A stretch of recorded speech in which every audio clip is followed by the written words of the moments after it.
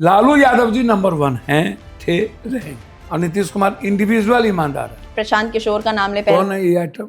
आदमी कौन है? खान साहब भी बिहार में बहुत नामी ग्रामी इंसान हैं। मेरे अंगने में तुम्हारा क्या काम है। अच्छा, बीजेपी में आपके हिसाब से सबसे अच्छा नेता कौन है? अमित शाह से ऊपर किसी के ये अचानक है। कश्मीर को हम दिए इकोनॉमिकल सॉल्यूशन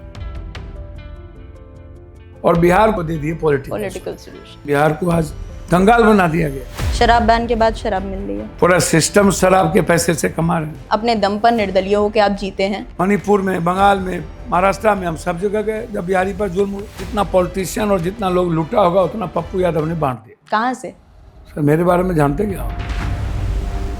नेता को जब खतरा होता है तो सरहद पार खतरे हो जाते हैं। सब कुछ इस कंट्री में व्यापारी और उद्योगपति के लिए होता है, गरीबों के लिए नहीं, मिडिल क्लास के लिए नहीं। चाइना बार बार हमला करती है, जमीन लेती है, हम कुछ नहीं बोलते। बांग्लादेश का एक साला टुच्चा कह रहा है कि हम बंगाल ले लेंगे। देखिए, जब जब बीजेपी आई है ना, पाकिस्तान को इक्वल में रखा। तो अदानी और अंबानी जी का सबसे ज्यादा पैसा कहाँ लगा? चाहेगा अदानी अंबानी की युद्ध हो। 47 कहाँ से आई? 3 क्विंटल बारूद कहाँ से आया? गुजरात के रास्ते से आया कि नहीं आया? भाइयों, मैं पंजाब को नंबर 1 करूँ, छत्तीसगढ़ नंबर 1, उड़ीसा नंबर 1, जहाँ जाता है नंबर 1 करता है। मैं बाबा साहब अम्बेडकर का विरोध उसी नहीं किया। बुद्ध को भगाने में इन लोगों की भूमिका है। आपको लगता है इसीलिए आपको लोग प्यार से रॉबिन हुड भी कहते हैं? कॉमन आदमी का बेटा और सेवक सिर्फ पप्पू यादव। मैं हर गरीब के दिल में हूँ और हर गरीब मेरे दिल में।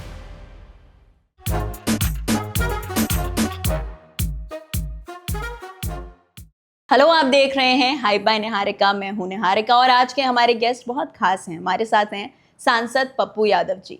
इनके बारे में आप जानते भी होंगे, इनके बहुत सारे इंटरव्यूज देखे होंगे। आज बात होगी ना सिर्फ उनकी राजनीतिक जर्नी के बारे में, बल्कि उनकी पर्सनल लाइफ के बारे में भी। कहाँ से शुरुआत हुई, क्या किया, ये सभी बातें आप इस इंटरव्यू में देखेंगे। सबसे पहले वेलकम सर। धन्यवाद, नमस्कार, जय भीम, नमो बुद्धाय।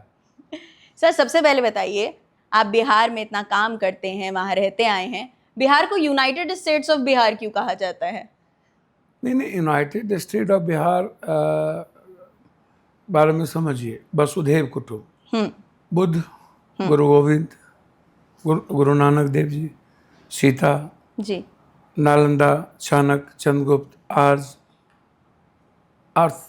अर्थशास्त्र, आर्थिक आजादी, वैशाली की धरती, समाजवाद का एक बड़ा सम्राट, विश्व को संदेश, मंडन मिश्र की धरती, राष्ट्र कवि दिनकर, विद्यापति कवि, कर्ण की भूमि, अंगदेश जी, मिथिला की संस्कृति, मैथिली भाषा, हमारी माछ नदियों से भरी हुई प्रकृति, उतनी ही डेनमार्क के बाद दूध, दुनिया की सबसे ज्यादा मखान और मक्का, सबसे ज्यादा फूड। अब जब उठा के देखेंगे तो आपको पता चलेगा जी कि क्या स्थिति है। आप समझिए इस बात को। तो बिहार हमेशा संदेश दिया आध्यात्मिकता का। बिहार हमेशा संदेश दिया है सामाजिक क्रांति का। शहीद सूरज नारायण सिंह जी, भूपेंद्र नारायण मंडल, नक्षत्र मालाकार जी, जुब्बा सहनी, वाल्मीकि जी, भगवान चौहरमल, सबसे बड़े लड़ाकू लोरी। तो यूनाइटेड स्टेट इसलिए कहा जाता है कि हम अध्यात्म, विज्ञान और समाजवाद के अभिप्राय हैं। हमारी प्रतिबद्धता है इसके प्रति। लेकिन बिहार को आज कंगाल बना दिया गया। मैं यही आने वाली थी कि इतना सब कुछ होने बावजूद सबसे बड़ी यूनिवर्सिटीज़ रही वहाँ पर, तो आज बिहार को हम टॉप मोस्ट अगर हम स्टेट्स इंडिया के उठाएं तो उसमें क्यों नहीं हम लिस्ट कर पाते? देखिए, अब मैंने पहले भी कहा कि विश्वामित्र है, बाबू वीर कुंवर सिंह है, सिरसा की धरती है, राजेंद्र बाबू हैं, जेपी हैं, लोहिया हैं जी। आप किसी को उठाइए ना, जिस जिले को उठाइएगा वहाँ से आपको पता चलेगा कि इसके अपनी इतिहास जी। भोजपुरी की भाषा है हमारे पास, लेकिन हमारी इच्छा शक्ति खत्म होती चली गई। नियत हमारा सही नहीं रहा। कश्मीर को चाहिए था पॉलिटिकल सॉल्यूशन, तो उसको हम दिए इकोनॉमिकल सॉल्यूशन। और बिहार को चाहिए था इकोनॉमिकल सॉल्यूशन, तो हम उसको दे दिए पॉलिटिकल। सॉल्यूशन। तो हम शून्य पे आ गए, 0 पर आ गए, माइनस पे आ गए। बिहार का बंटवारा भी हुआ और 30-40 सालों में हमारी इच्छा शक्ति भी नहीं रही, पलायन नहीं रोक पाए, गरीबी हमारी बढ़ती चली गई, हमारी पर कैपिटा इनकम हमारी स्थिति वो थी, जीडीपी हमारी नहीं बढ़ी, हम बाढ़ और सुखाड़ से घिरे रह गए, हमारी जिंदगी बहुत हराम हो गई, हमारी सारी रेवेन्यू बाहर चली गई, पढ़ने के लिए हम बाहर चले गए तो पैसा बाहर दिए, कमाने बाहर गए तो पैसा बाहर दिए। सबसे ज्यादा लोग यूपीएससी में आते हैं बिहार से, हम लोग देखते हैं, पढ़ते नहीं बहुत कुछ आते है। पूरे देश हैं। हाँ। लेकिन वहाँ के खून में मेहनत है, एक ऊर्जा है, लेकिन हमारी ऊर्जा जा कहाँ रही है? दिल्ली में, महाराष्ट्र में, आंध्रा में, मणिपुर में, हमारे बिहार से भाग जाते हैं लोग। तो क्यों नहीं डेवलप हो पा रहा है बिहार? सब कुछ सारे बिहारियों को सोचना चाहिए। ये लोग कह रहे हैं हम 70 करोड़ रुपया ये दे रहे हैं, अरब अरब रुपया मकान बनाने में दे रहे हैं, इंफ्रास्ट्रक्चर, लेकिन ना आपको ना डॉक्टर मिलेगा, कुछ भी नहीं मिलेगा। सर इंफ्रास्ट्रक्चर का तो खुलासा वहीं से हो जाता है जब आप पटना एयरपोर्ट पे होते हैं। भैया मैं कहा कुछ भी नहीं मिलेगा, आप बेफिक्र रहिए। जहाँ हमारी जीडीपी इतनी कमज़ोर हो, हम सुन पे हों, इकोनॉमी हमारी कमज़ोर हो, फार्मर्स की स्थिति अच्छी नहीं हो, बेरोजगारी दुनिया में सबसे ज़्यादा हो, गरीबी दुनिया में सबसे ज़्यादा हो, पलायन दुनिया में सबसे ज़्यादा हो, बीमारी दुनिया में सबसे ज़्यादा हो, तो आप बिहार के बारे में जवाब तो इन लोगों को देना चाहिए। आप कहते हैं रोड दे रहा हूँ, पैन कार्ड, आधार कार्ड, राशन कार्ड बनने के लिए पैसा, भ्रष्टाचार की गंगोत्री। हमारे पास आम आदमी के लिए कोई सॉल्यूशन नहीं है, माफियाओं का सॉल्यूशन है, शराब, जमीन, बालू। शराब बैन के बाद शराब मिल रही है पूरी दुनिया में, जग जाहिर है, पूरा सिस्टम शराब के पैसे से कमा रहे हैं, उससे हम चुनाव लड़ रहे हैं, बालू के माफियागिरी से चुनाव लड़ रहे हैं। ये जो इंफ्रास्ट्रक्चर की बात हो रही है, गांव की स्थिति क्या है, गांव की इकोनॉमी क्या है? अभी जो सर्वे हुआ उसमें 92% लोगों के पास जमीन नहीं है। अभी जो सर्वे हुआ 1.2% लोगों के पास कंप्यूटर और लैपटॉप नहीं है। मोटरसाइकिल लोगों के ईएमआई पर है, सेकेंड हैंड है। बेरोजगारी कहां पर, सो देखिए। जमीन 2 बीघा से भी, 1 बीघा से भी नीचे वाले लोगों की संख्या लगभग 80% के लगभग है। कुछ मुट्ठी भर लोगों के पास जमीन है, जिनके पास है वो बहुत अताह है, और जिनके पास अब अताह नहीं है, मिडिल मैन है, थोड़ा ऊपर है, 1.2-2.3% लोगों के पास लगभग। आप इसको ऐसे समझिए। अच्छा भैया, खपड़े का घर, टीन का घर, खर का घर, ये 70% लोगों के पास। शुद्ध पानी नहीं है, ओडीएफ हो गया है ही नहीं, जल नल योजना हो गया है ही नहीं। क्या है? क्यों नहीं डेवलप कर रहा है फिर? क्यों नहीं सरकार से सवाल पूछे जा रहे हैं? भैया, जात पात से, हिंदू मुसलमान से फुर्सत होगा तब, बैकवर्ड फॉरवर्ड से फुर्सत होगा तब, सियासत और कुर्सी पकड़ के चिपकू रहने से फुर्सत होगा तब। सियासत के लिए जितना कुकर्म है पॉलिटिशियन जानते हैं। पॉलिटिशियन चुनाव लड़ना जानते हैं, लड़ना, जंग लड़ना, विकास करना के इसके हिस्से में नहीं। आजाद हिंदुस्तान के बाद 85 करोड़ लोगों को अनाज 5 किलो देते हैं। 92% लोगों का पर कैपिटा इनकम भारत में 6,000 से 8,000, मैक्सिमम 12,000। तो उस मुल्क की तरक्की की बात आप कैसे कीजिएगा? इंफ्रास्ट्रक्चर मुट्ठी भर लोगों के पास, इकोनॉमी मुट्ठी भर लोगों के पास, भ्रष्टाचार की गंगोत्री, जस्टिस का कोई माध्यम नहीं। अच्छा, जहां आप ये बात कर रहे हैं कि सरकार से सवाल पूछे जाने चाहिए और जितना वो चुनाव लड़ते हैं वो सिर्फ अपनी सत्ता के लिए होता है, आपने चुनाव लड़े, अपने दम पर निर्दलीय होकर आप जीते हैं। आपके हिसाब से अच्छा नेता होने के कुछ टिप्स अगर हो जो आप दे सके लोगों को? नहीं, मैं कोई अच्छा नेता नहीं हूँ, मैं एक सेवक हूँ, बेटा हूँ, और जिंदगी में आने का मकसद है, भूमिका डेस्टिनी ने तय की है। आप जितना सोचते हैं उससे ज्यादा कोई डेस्टिनी है, वो आपको चला रही है। परिस्थितियां हीरो बनाती है, वैसे हीरो कोई नहीं बनते।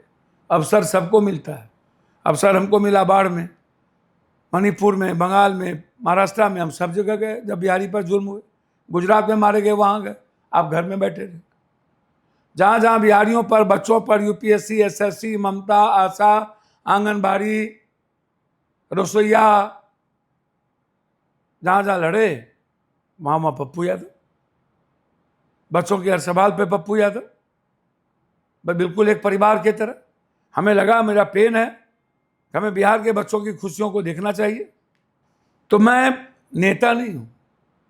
जब बिहार के 13 करोड़ लोगों की बात आती है, आप जो बोल लीजिए, पटना में बाढ़ आया, नेता विपक्ष और नेता सोए रहे, अकेले पप्पू यादव कौन था? हम मर सकते थे, इन्फेक्शन हो गया था तो नहीं मरे, तो कौन बचाया? कोरोना में 10,000 लाश हमने लगभग उठाया, मुंह पे मास्क नहीं थी, अवसर सबको मिला था। हमने उस अवसर को चुना, इसलिए नहीं चुना कि हमको राजनीति करनी थी, इसलिए चुना कि हमको मरना था। हाथ बनने के बाद ही दुनिया का निर्माण होता है, डेस्टिनी ने नहीं मरने दिया। हम दुनिया को बचाने का प्रयास किए, हम माध्यम बने ईश्वर के, डेस्टिनी के, सच्चाई के रास्ते हम चले। यदि मेरे भीतर सच्चाई नहीं होती, 49 लाख लोग मरे कोरोना में, हम लाश उठाए, हम 9 महीना कोरोना के बीच रहे, लोगों को मदद करते रहे, पहुंचाते रहे, सबकी जिम्मेदारी थी। कोटा से बच्चों को लाए, दिल्ली से एक एक बस दे करके बिहार ले गए, हम पैदल नहीं छोड़े। हम पर कई केस दिल्ली में हुए, लेकिन सबको खाना पहुंचाए। तो अवसर मिला तो हमने उनको, आम आदमी के लिए माध्यम बने या नहीं? तो आप पाप और पुण्य में फंस के भगवान के यहां जाइएगा कि पाप किए थे तो दूध चढ़ा देते हैं, ये कैसा भक्ति? या गिव एंड टेक, या कितना देंगे तो कितना वोट मिलेगा। तो हम तो उत्तर से पूरब, उत्तर से दक्षिण, पूरब से पश्चिम, हम सब जगह लड़े जाके। भूज में जब भूकंप आया, मेरा बेटा मेरे गोदी में था, छोटा सा था, पूरी दुनिया लाश सड़ गई थी, कोई जाने की हिम्मत नहीं कर रही थी। हमारा बेटा मिसेज, हम लोग वहां जाके सेवा की। ये मेरे आगे में खड़ा रहता था जब हम बांटते थे, लोगों की मदद, कई ट्रेन लेके गए, तो सब उस अवसर को चुन सकता था। अभी आप, तो ये मेरे चरित्र में है, ये मेरे चिंतन में, ये मेरे विचार में, ये मेरे जीने का तरीका है। हम जी नहीं पाएंगे यदि लोगों के आंसू नहीं पूछेंगे। अभी ऑपरेशन सिंदूर के बाद जब राम बाबू सिंह शहीद हुए, आप सिवान भी गए थे? सब जगह गए, सब जगह गए, सिवान नहीं गए, सब जगह गए, सभी जगह 2-2 लाख रुपए मदद की। 2 लाख में कुछ नहीं होना है, लेकिन एज ए फैमिली अपने दायित्व को मैंने निभाया। मेरी हैसियत यदि 2 करोड़ की होती तो मैं देता। आप इसको समझ लीजिए। अब्राहम लिंकन का love the by the for the people नहीं चलेगा। Have the with the people, then love the by the for the people. अभी कोई आदमी हमसे आके बोला कि मेरी माँ का लाश अस्पताल में पड़ा हुआ है, 2 लाख रुपए के चलते नहीं दे रहा है, तो हम क्या कहेंगे? जाओ, भगवान आपको भला करेगा। कोई आदमी आके बोला मेरी बेटी की शादी है, बोलेगा चाहो ना, भगवान भला करेगा, मैं उसका होऊंगा, या तो मैं लाश छोड़ाऊंगा या तो मैं कुछ उसकी मदद करूंगा। इसको कहा जाता है with the, have the, then love the, by the, for the people. उस युग में भौतिक जो अर्थ नहीं था, अर्थ युग नहीं था, अब अर्थ युग में हम हैं। तो हमसे कोई आ रहा है मेरे यहाँ, तो उसकी मदद चाहिए, तुरंत उसको जस्टिस चाहिए, और आप उसके जस्टिस की बात ही नहीं करते, आप उसके लिए जीते ही नहीं। औपचारिकता निभाते हैं, राजनीति करते हैं। उतना ही मिलना है जितने में राजनीति आपकी चलती रहे, दुकान चलती रहे। हम वो नहीं करेंगे।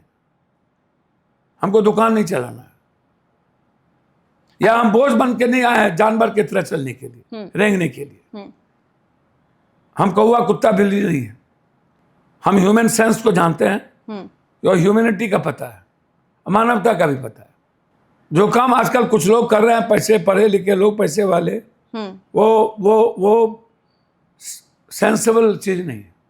सेंसेबल वो है जब आप पड़ोसी और किसी के पीस को, किसी की खुशियों को ढूंढते हैं, किसी को मुस्कुराने का अवसर देते हैं। This is the important.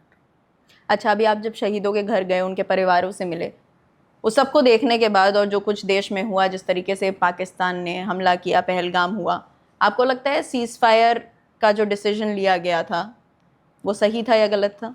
देखिए, एक बात समझिए, हमारे मुल्क को कोई चुनौती नहीं दे सकता। ये ताकत हमारी जनता में भी है और ये ताकत हमारी मिट्टी में भी है। हमारे नेता को जब खतरा होता है तो सरहद पार खतरे हो जाते हैं। हमारे नेता की कुर्सी जाती है तो जात को, धर्म को, मजहब को खतरा हो जाता है। इस दुनिया में धर्म, मजहब, जात, भाषा को कभी खतरा नहीं हो सकता। कुर्सी के खतरा के बाद ये सब खतरा होता है। दूसरी चीज, हमारी सेना दुनिया में सर्वोच्च है, सर्वश्रेष्ठ।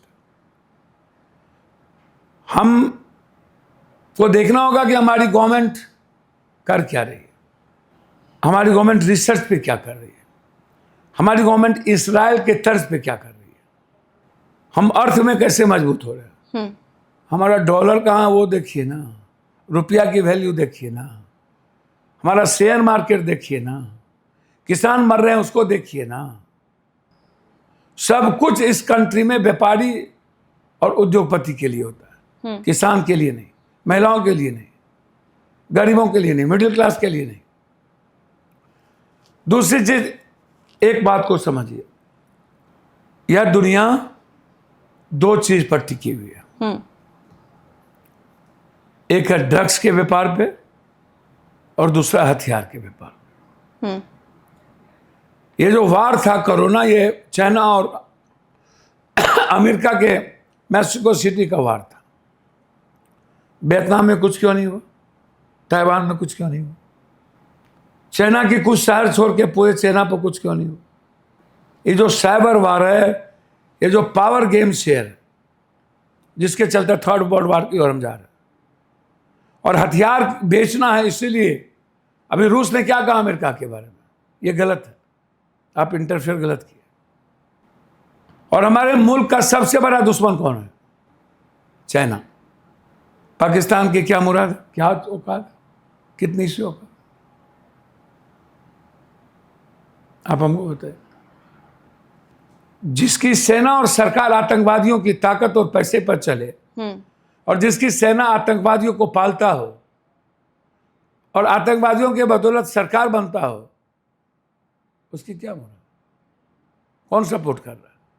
अमेरिका कह रहा है कि शहबाज भी अच्छा, हिंदुस्तान का पीएम भी अच्छा, हमारे लिए पाकिस्तान भी, ये भी अच्छा, और हमको बांस किया जा रहा है। एप्पल हटाओ, व्यापार को रोको, उसको चाइना में दादागिरी अमेरिका को करना है, चाइना से करना है, उसको पाकिस्तान का सपोर्ट करना पड़ेगा। पाकिस्तान बड़ों के बाप, कनियों के बाप। हमारी जमीन से कोई यह देश नहीं ले सकता, इसको आप जान लीजिए। मैं आपको बहुत क्लियर बता दूं, यह हैसियत नहीं है। लेकिन चाइना बार बार हमला करती है, जमीन लेती है, हम कुछ नहीं बोलते। चाइना ओपन सपोर्ट किया इस बार, हम कुछ नहीं बोलते। बांग्लादेश का एक साला टुच्चा कर रहा है कि हम बंगाल ले लेंगे। श्रीलंका का एक मेजर कर रहा है कि सर हम हमला किए तो नॉर्थ इंडिया ले लेंगे। बारे बा, और हम मौन हैं। तो फिर हमारी सेना को पीओके लेने की पूरा देश, विपक्ष, राहुल गांधी जी, सब जुनून के साथ देश के साथ आप करिए। इंदिरा गांधी का एक एक स्पीच याद कीजिए जो अमेरिका की धरती पर दिया था, जाइए ना। इसीलिए हमें सिविक सेंस सिखा रहा है। सेंस ट्रंप हमारे सेंस की बात कर रहा है, जिसको खुद सेंस नहीं है, जो पागल है, जो रूस के टुकड़े पर पलता हो, वो भारत को सेंस सिखा रहा है। और वो ट्वीट करेगा देखिए, जब जब बीजेपी आई है ना, पाकिस्तान को इक्वल में रखा है। परमाणु ताकत हमारी कब हुई? हम दुनिया में सबसे सर्वश्रेष्ठ कब हैं? सरदार पटेल, नेहरू, गांधी, लाल बहादुर शास्त्री, इंदिरा गांधी। हर शख्स याद करता है इस दुनिया का इंदिरा गांधी को, इंदिरा गांधी के स्पीच को, कर्तव्य को, बिना गोली बारूद चलाए उसके तरीके को, अमेरिका को चैलेंज कर रहा, चाइना को चुप करना। हर आदमी इंदिरा गांधी, इंदिरा गांधी। आप क्या करें? जब पूरा देश सपोर्ट में था तो पीओके लेने देते। हमारे सेना को एक क्या पूछे, कई पीओके लेने की ताकत है, कितने चाइना से लड़ने की ताकत है। क्यों सीज फायर अब के लिए? हमको हाँ, एक बात बताओ, अदानी और अंबानी जी का सबसे ज्यादा पैसा कहाँ लगा हुआ है? गल्फ, अरब, सब जगह। क्या थर्ड वर्ल्ड हो या चाहेगा अदानी अंबानी की युद्ध हो? और युद्ध होना भी नहीं था। पाकिस्तान के लोगों के खिलाफ हमारा युद्ध तो था नहीं। हम तो सरकार पर भी वार नहीं किया, जबकि हमको सरकार को खत्म करने की जरूरत थी। भैया, ना किसी ने पूछा, ना पता है, ना पहल पुलवामा का पता है, RDX कहाँ से आए, हमारी इंटेलिजेंस ने क्या कहा था, ऊपर से ले जाने, नीचे से क्यों गई, इस बार इंटेलिजेंस ने आपको कब ये किया था, उसकी खबर नहीं। अब तो इंटेलिजेंस की बात मानते भी नहीं, अब तो गलती भी स्वीकार नहीं करते हैं। क्या मेरी भूल है? इस बार कह रहे हैं हाँ हम चूक हुए हैं। चूक हुए? 47 कहाँ से आई? 3 क्विंटल बारूद कहाँ से आया? गुजरात के रास्ते से आया कि नहीं आया बारूद? ये रिपोर्ट है या नहीं? लश्कर तोबा का ड्रग्स कहाँ पर उतरता है? कौन वो व्यापारी है जिसके चलते व्यापार का डर हो गया ट्रंप के ट्वीट के बाद? अभी की खबर है कि हरियाणा से लोग पकड़े गए हैं, करीब 6 लोग पकड़े गए हैं। एक यूट्यूबर है उसमें जो भारत की इंफॉर्मेशन पाकिस्तान को दे रही थी, ट्रैवल व्लॉग्स बनाती थी वो। तो वही बात तो कह रहा हूँ। और बकायदा कौन है, कौन कौन लोग हैं गद्दार? कौन कौन लोग हैं गद्दार जो RDX लाए, 47 लाए? ये बताइए ना। अच्छा, इससे अलग हटके अगर हम बात करें, जब आपने 6ठी बार शपथ ग्रहण किया था तो आपका एक वीडियो बहुत वायरल हुआ था जिसमें आप किसी को बोल रहे थे कि अब तुम हमें बताओगे। आप हमको सिखाइएगा। नहीं, तुम तो नहीं बोले, आप हमें बताओगे। हाँ, अब आप हमें भैया 6 बार और 1 बार 7 बार MP जनता ने बनाया अपने बेटे को, मौका दिया। दुनिया में कोई दोबारा इंडिपेंडेंट MP आज तक नहीं बना। ये गर्व पप्पू यादव को इस भारत में है, और भारत के लोगों ने बेटे के रूप में हमको बनाया। अब कोई हमको #नीट की बात करेंगे, बच्चों की बात करेंगे, तुम राम रहीम कबीर नानक बुद्ध का नारा दो, जात का नेता का, चलेगा। हमने बच्चों के बारे में #नीट की तो हमको ज्ञान दे रहे थे, कथा बांटने लगे। आपने किसको बोला था ये? किरण रिजिजू साहब थे हमारे। हाँ, तो क्या बोले वो आपको, जिस पे हमको क्या बोलेंगे? वो अनुकंपा पर जीने वाला व्यक्ति सब पप्पू यादव को क्या बोलेंगे? बैसाखी के सहारे कनगोजर सब क्या बोलेंगे? जिनका कोई हड्डी फड्डी नहीं वही बोलेंगे। चल। अच्छा, एक चीज़ कही जाती है, इतने साल से आप राजनीति में रहे हैं, अच्छा काम कर रहे हैं, लोग प्यार करते हैं, बार बार आपको सांसद बनाते हैं, उसके बावजूद भी 1990 जब आप पहली बार पॉलिटिक्स में आए, आपको लोगों ने चुना, अभी तक ये टैग क्यों लगा रहता है कि गैंगस्टर टर्न्ड पॉलिटिशियन है? ऐसा तो आज तक नहीं लगा, क्योंकि कई बार आप स्टोरीज पढ़ते हैं। आप उठा करके देखो, मैं दुनिया का, इस देश का सबसे बड़ा 10 जमींदारों में से एक हूँ। मैं आनंदबाग स्कूल से प्रोडक्ट हूँ, और दुनिया जितना पॉलिटिशियन और जितना लोग लूटा होगा उतना पप्पू यादव ने बांट दिया। कहाँ से? सर, मेरे बारे में जानते क्या आप? जो लूटे तो नहीं होंगे ना। बिल्कुल सही बात। मुझ पर ED CBI का तो डर नहीं है ना। पीछे में 38 रूम हम बनाए हैं, तब हम आए हैं यहाँ। सेवा आश्रम हर दिन चलती है। लेकिन ये जो बड़े बड़े मीडिया सेल वाले, ये सब कहाँ से पैसा कमाए? ये लोग लुटेरे लोग कहाँ से पैसा कमाए? बाप के घर से। ये पॉलिटिशियन लोग पैसा कहाँ से कमाए? बाबू के घर से। हाँ, हम तो जमींदार थे, हमारे पास तो पूरे दोस्त था, हमने दुनिया में सब कुछ लेने की हमारी क्षमता है, ताकत है। हम पागल हैं, हमको कुछ नहीं चाहिए, एक साधारण सा चीज पहन के रहते हैं, एक चप्पल। अब हमको बता दीजिए मैं क्या करूं? अब हमको कोई नीड्स नहीं है। जो मेरे पास होता है वो, जिसको मैं भगवान मानता हूँ, पब्लिक उसकी होती है। हर दिन 2 लाख 4 लाख 5 लाख 10 लाख रुपया बांटता हूँ हर दिन, तो सोशल मीडिया पर है। आपको गिन लीजिए, आपको गिनने में क्या दिक्कत है? कोरोना में एक दिन में 7 करोड़ का रेमडेसिविर मंगाया, हर दिन मास्क बांटे, ऑक्सीजन बांटे। दुनिया कमी है देने वालों की, आप करिएगा तो दुनिया देगी। पप्पू यादव पर तो कोई ऐसी आज तक कुछ लगा ही नहीं। आपको लगता है इसीलिए आपको लोग प्यार से रॉबिन हुड भी कहते हैं? प्यार त्यार हम एक तरफा प्यार करते हैं। आजकल अपने घर में अपने माँ से कोख में रहने के बाद प्यार ही नहीं होता है, तो दूसरे से प्यार होगा। पड़ोसी को मारता है एक हाथ जमीन के चलते, दियाद से बनता ही नहीं है, घर में बनता ही नहीं है, तो हम ही से प्यार करिएगा। हम एक तरफा प्यार है, पागल हैं, इंसान के लिए हम पागल हैं। अच्छा, एक बात बताइए, जब बिहार की बात होती है और नीतीश कुमार का नाम आता है तो लोग बहुत तरीके की बातें करते हैं। उनका कहना है कि इनका कोई भरोसा ही नहीं है कि इस बार इस पार्टी में, अगली बार किस पार्टी में। नहीं, बेकार की बात है। आइडियोलॉजिकल सभी लोगों का ये होता है, ऐसा बेकार की बात है। नीतीश कुमार जी कभी भी सेकुलरिज्म से समझौता नहीं किए, मैं व्यक्तिगत तौर पर बोल रहा हूँ। बीजेपी में रहते हुए कभी सेकुलर उसकी अनंत कथा नहीं लिया, उनके एक भी गलत रास्ते नहीं दी। और नीतीश कुमार इंडिविजुअल ईमानदार है, उनकी टीम बेईमान हो सकती है, पैसे लुटेरे, उनकी सरकार भ्रष्टाचार की गंगोत्री है, हमाम में सब रंग। आपको लगता है हर डाल पर उल्ली बैठा अंजाम गुलिस्ता क्या होगा? एक तरफ यदि उधर गाली देते हो तो एक तरफ अपने एक ईमानदार छवि है उनकी, अपना कैरेक्टर है, ठीक है, पॉलिटिकल क्रेडिबिलिटी में उनको उन पर उंगली उठी है, कुछ चीज़ें गलत हुआ है पॉलिटिक्स में, लेकिन उन्होंने अपने कुछ चीज़ों से समझौता नहीं किया जिसका नतीजा हुआ कि। ठीक है, आप इतने दशक राजनीति में रह चुके हैं, आपके हिसाब से अगर बात की जाए तो बिहार में सबसे अंडररेटेड नेता कौन है? अंडररेटेड, जिसकी लोग इतनी बात नहीं करते हैं, जिसको इतना मौका नहीं दे रहे। बिहार का कोई अनुकंपा का नेता है सब लोग, कोई बाप, कोई दादा, कोई नाना, कोई चाचा, कोई जात, कोई धर्म, कोई मजहब। कॉमन आदमी का कोई नेता नहीं है, कोई बेटा नहीं है, कोई सेवक नहीं है। कॉमन आदमी का बेटा और सेवक सिर्फ पप्पू यादव है, और लोग जात के हो सकते हैं, हिंदू मुसलमान के हो सकते हैं, बैकवर्ड फॉरवर्ड के हो सकते हैं, माय के हो सकते हैं। मैं हर गरीब के घर में हूँ, मैं हर गरीब के दिल में हूँ, और हर गरीब मेरे दिल में है। मैं पागल हूँ गरीब के।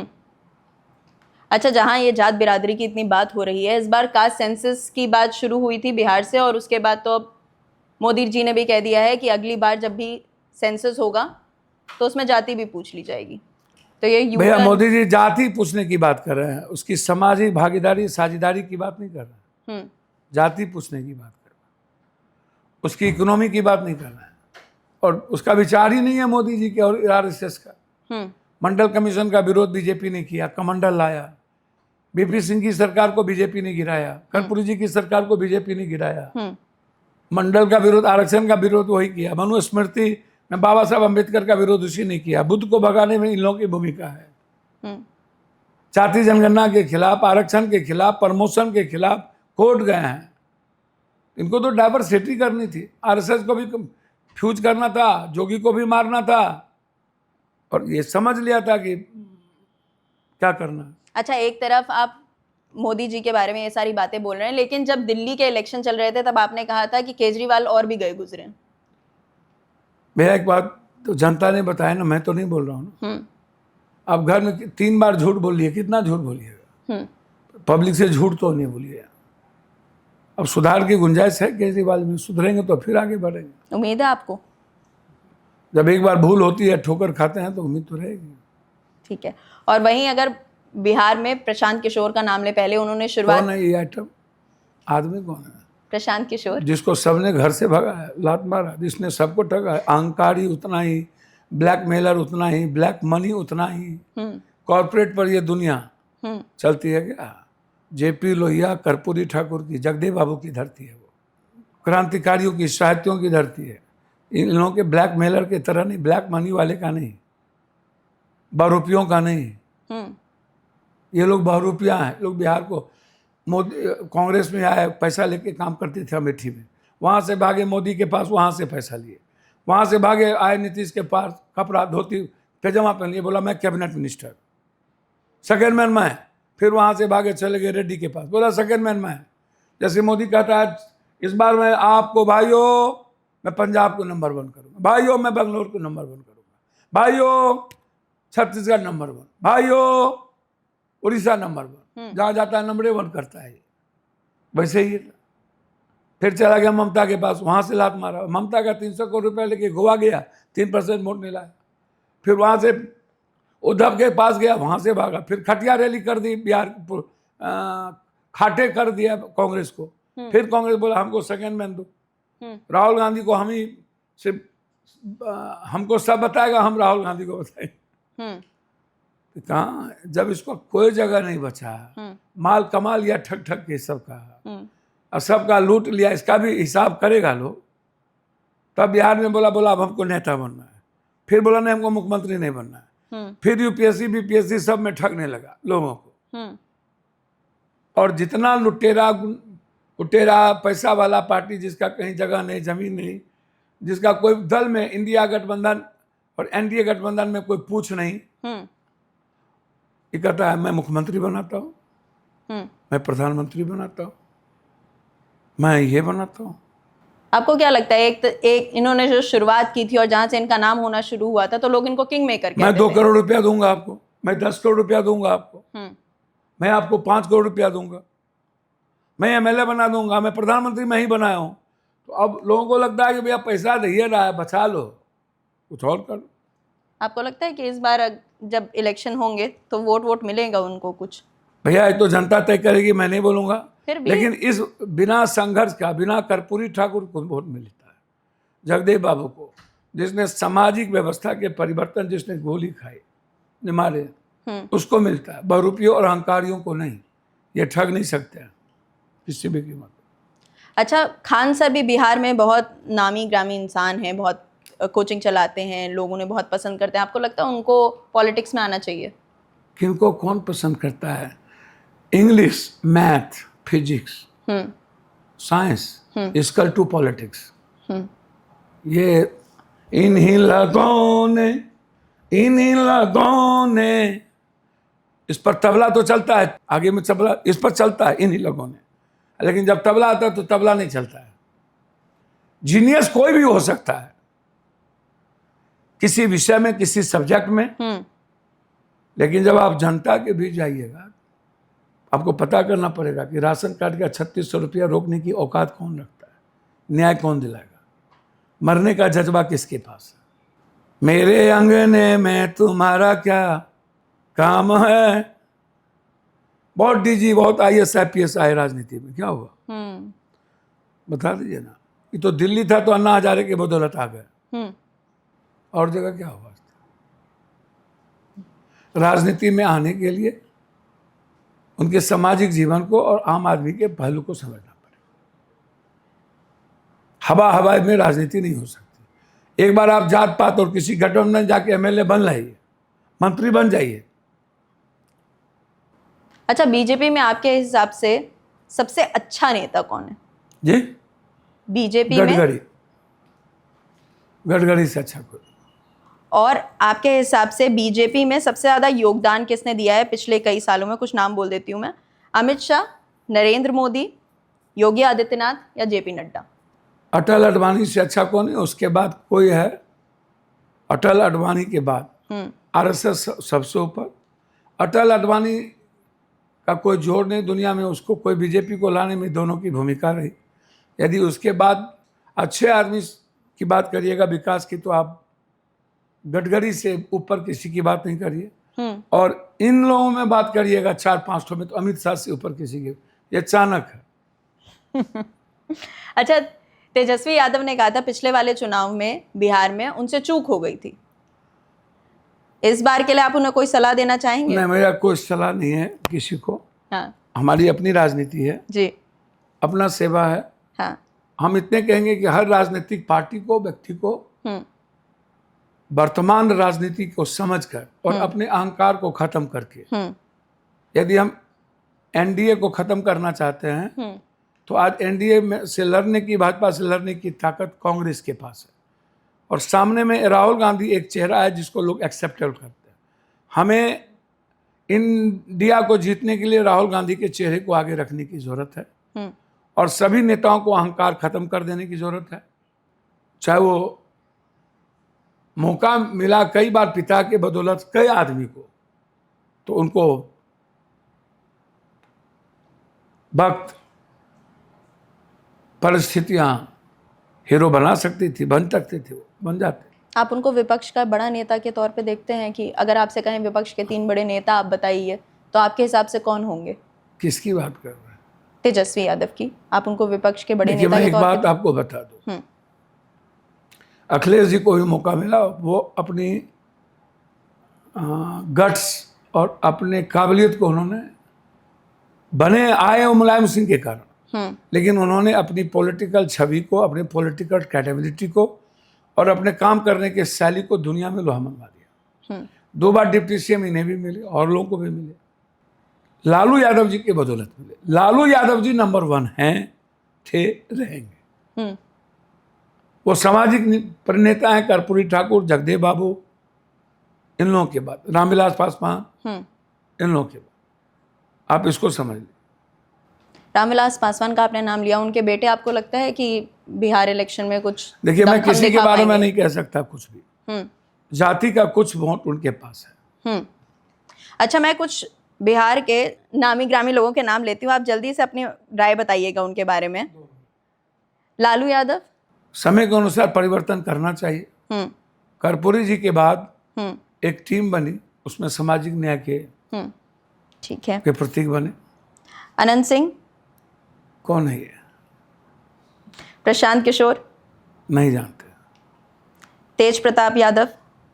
समझना नहीं चाहते। अक्षरा सिंह। निरहुआ। ना जाने भीड़ में किन किन का नाम लेते हैं। समाज में इन लोगों की कोई प्रासंगिकता नहीं। ठीक है। कुछ सवाल है मेरे आपके पर्सनल लाइफ से रिलेटेड। आपका नाम जब हम लोग बहुत पुराने अगर आपके आर्टिकल्स पढ़ें और आपके शुरुआती दिनों का के बारे में पढ़ें, तो हम पढ़ते हैं कि राजेश रंजन लिखा हुआ है और उसके बाद प्यार से लोग आपको पप्पू यादव दादा, बुलाते हमारी बड़ी माँ रखी थी मेरा नाम पप्पू, कुमार साहब रखे थे। तो आप जब पॉलिटिक्स में आए, जब आपने शुरुआत की, तो आपने कभी सोचा कि नहीं राजेश रंजन को ही लेकर चलें? चलिए, राजेश रंजन हमारे आनंद मूर्ति जी ने रखा था, चलिए रहे। मगर लोगों में जो नाम लोग ज्यादा जानते हैं या जिससे आपको पहचानते हैं, जिससे प्यार आपको... से पप्पू कहते हैं। प्यार से पप्पू कहते हैं। बचपन कैसा रहा आपका? बिल्कुल आला। दादा हाथी पर रखते थे, ऊपर चलते थे, हाथी से नीचे नहीं जाते थे। कुमार साहब थे, टेरलिंग और आनंद मार्ग स्कूल के प्रोडक्ट थे। टेरलिंग आता था मेरे लिए। ठीक है, जब हम लोग बात करते हैं कि कोई सांसद है, तो हम लोग ये सोच समझ के चलते हैं कि बहुत सीरियस इंसान होंगे, मस्ती मजाक नहीं करते होंगे। घर परिवार के बीच सबसे ज्यादा मस्ती कौन करता है? सब हम लोग करते हैं। चाइल्डनेस नेचर है, चाइल्डहुड नेचर रखना चाहिए। अभी भी आप लोग जितने हैं, आपसे ज्यादा सुंदर चेहरा मेरा है। उसके कारण बिल्कुल ठीक बात। उसके कारण है थिंकिंग कंप्लीट वे है, साफ है, साफ सुथरा लोग हैं, ठीक है। ईमानदार है। एक रैपिड फायर है आपके लिए। आपकी सबसे बड़ी ताकत क्या है? जी, सेवा, मदद। आपके बारे में लोगों के अंदर सबसे गलत धारणा क्या है? सच्चाई, सच बोलना। आपके बैकफायर हो सकते हैं। आपके ऑल टाइम फेवरेट नेता? जी, ऑल टाइम, हमेशा सुभाष आपको चंद्र बोस। कोई आपकी favourite film? I don't know, जो समाज को बदलता है वो हर फेवरेट फिल्म है। आपके हिसाब से राजनीति के लिए विचारधारा ज्यादा जरूरी है या रणनीति? विचारधारा, लेकिन आज विचारधारा के साथ रणनीति भी जरूरी है। बिहार को अगर एक शब्द में समझाना हो? बिहार आज भी गरीबी रहते, भूख रहते, पलायन रहते, सब कुछ रहते, आत्महत्या नहीं है। आज भी संघर्ष करते हैं अपने जीवन जीने के लिए। ठीक है। पॉलिटिक्स विदाउट पावर या पावर विदाउट पॉलिटिक्स, इन दोनों में मैं से? विदाउट पावर पॉलिटिक्स किया हूँ, दुनिया में नंबर 1 हूँ। बिल्कुल। एक क्वालिटी जो हर पॉलिटिशियन में होना बहुत जरूरी है? जी, एक क्वालिटी जो हर पॉलिटिशियन, ईमानदार होना, आपने सेवा करना। आपने अपने बच्चों को लास्ट पॉकेट मनी याद है कितनी दी थी? मेरे बच्चे स्वतंत्र हैं, मैं बच्चों के बगैर नहीं जी सकता। मेरा सब कुछ यदि दुनिया का है तो मेरे बच्चे उसमें खुश हैं, और हम लोग संतुष्ट हैं। हम और मेरा परिवार संतुष्ट हैं। जो तो चादर होई वो तो पसारो, जितना चादर होता है उतने पसारते हैं। हम लोग लूट खसोट वाले कोई नहीं है। पप्पू यादव के हिसाब से अब की बार बिहार में किसकी सरकार? मैं ज्योतिष नहीं हूँ, भाग विधाता नहीं हूँ, जनता तय करेगी। मुझे उम्मीद है इंडिया गठबंधन राहुल गांधी के नेतृत्व में अच्छा करेगी। ठीक है, एक अगर आपको अपने लोगों के लिए जो आपको सुन रहे हैं उनके लिए बस 2 लाइन बोलनी हो, या आखिरी है, 2 लाइन बोलनी हो, 2 लाइन गुनगुनानी हो अपने लोगों के लिए, तो आप क्या बोलना चाहेंगे या गाना चाहेंगे? किस चीज का? अपने दर्शकों के लिए कि आप उन्हें प्यार करते हैं, उन्हें मोटिवेट करना चाहते हैं, या कुछ भैया भी इन जनरल। मैं सिर्फ इतने कहूँगा कि जात पात छोड़ दीजिए, हिंदू मुसलमान छोड़ दीजिए, दूसरों की ज़िंदगी में दखल मत दीजिए, तकलीफ मत दीजिए। अपनी लाइफ समझिए, अपनी भविष्य के बारे में समझिए, अपने बच्चों के भविष्य के बारे में समझिए और दूसरों की खुशियों को ढूंढिए। एक अच्छा इंसान होना सबसे ज़्यादा जरूरी है। जो अच्छा इंसान नहीं है वो दुनिया नहीं बदल सकता। बहुत बहुत शुक्रिया हमें समय देने के लिए, हमसे बात करने के लिए। नमो बुद्धाय। जब आपका राजनीतिक सफर इतना लंबा होता है तो सवाल बहुत सारे होते हैं और समय थोड़ा कम पड़ जाता है, लेकिन ये इंटरव्यू आपको कैसा लगा आप मुझे कमेंट सेक्शन में जरूर बताइएगा। अगर आपके कुछ सवाल हो पप्पू यादव जी के लिए तो कमेंट्स में लिखते जाइएगा, और जाने से पहले आप हाइप बाय निहारिका को सभी सोशल मीडिया प्लेटफॉर्म्स पर फॉलो कर लीजिएगा, सब्सक्राइब कर लीजिएगा इस चैनल को, बेल आइकन पर क्लिक कीजिएगा, और अगर आप इस इंटरव्यू के क्लिप्स निकालते हैं या कहीं देखते हैं तो उसमें हमें टैग करना बिल्कुल मत भूलिएगा।